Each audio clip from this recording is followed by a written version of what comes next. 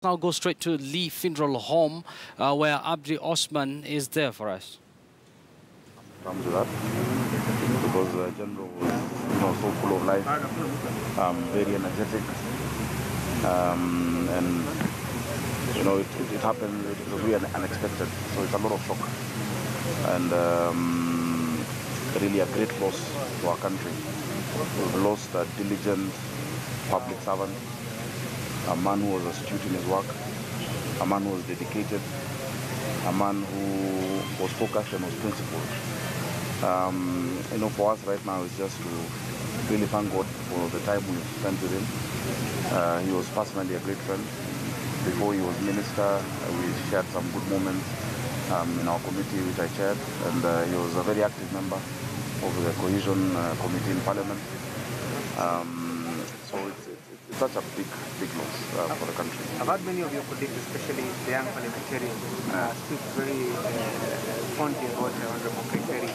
Some of the lessons they learned from him, probably the lessons that you did. Well, there are very many lessons from him. One thing I remember quite vividly, and we had gone to one of the peace meetings within our committee, and there was a little misunderstanding between communities.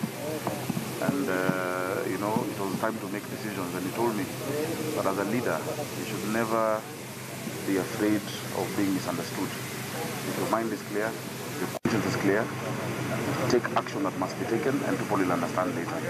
So the leader shows the way. A leader doesn't have to follow the average feeling, but must show the way. And I think everything he did really ran to that, like a true general. Once he was clear and he had all the information he needed, he acted. And he's one of those people who said it's easier to seek forgiveness than permission when you need to act. He was a great guy. Even when he became a minister, he would still come to the members' lounge in Parliament and spend time with us. He was still humble. He had time for every one of his colleagues, despite the huge tasks that he had as a minister. So we'll remember him very fondly. For us right now, really, is just to, as I've said earlier, to thank God, to let the professionals do what they must, to allow the family time to grieve, and the country, indeed. He had friends across the political divide, and it's such a huge loss, especially at this time. Honorable Nkaissery, the chair of the Foreign Relations Committee in the National Assembly. Maybe your sentiment about the loss of the Honorable Nkaissery. Well, first I'd like to take the opportunity to give my personal condolences to his family and to the Ma community at large, and also to all Kenyans. The loss of General Nkaissery is a big blow for all of us in this country. The General was a diligent leader. He was a passionate servant of the people, and I'd say he was a true patriot. We worked closely together. I chaired the Defense and Foreign Relations Committee, of which he was a member, and with his background in security, his background in the military, being a general, a major general, having been instrumental in the foundation of the then National Security Intelligence Services, which is now the NIS, the National Intelligence Service, and the various roles he played in security of this country. I think he always added value in everything that he did, in everywhere that he played a part serving this country, whether it was in the military, in forming NSIS, as a member of parliament. He always added value, and he will be sorely missed. I recall severally, we worked very closely together in the formation of the security laws, which became the Security Laws Amendment Act. He, despite being a member of ODM, was adamant that this country requires discipline, requires patriotism.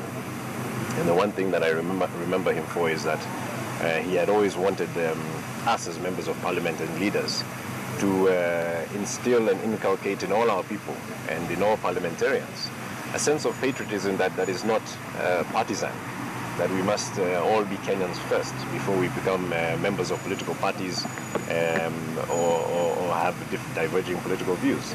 And this quality about the general is what really caught my attention and endeared me to him. We had a very close relationship. I visited his home, I visited his constituency. We went to several military functions. There you go. Those are live pictures coming our way from the Lee Funeral Home, where leaders across the political divide are mourning the death of the late Interior Cabinet Secretary, Major General Joseph Nkaissery. The nation is mourning once again, and not just the Ma community.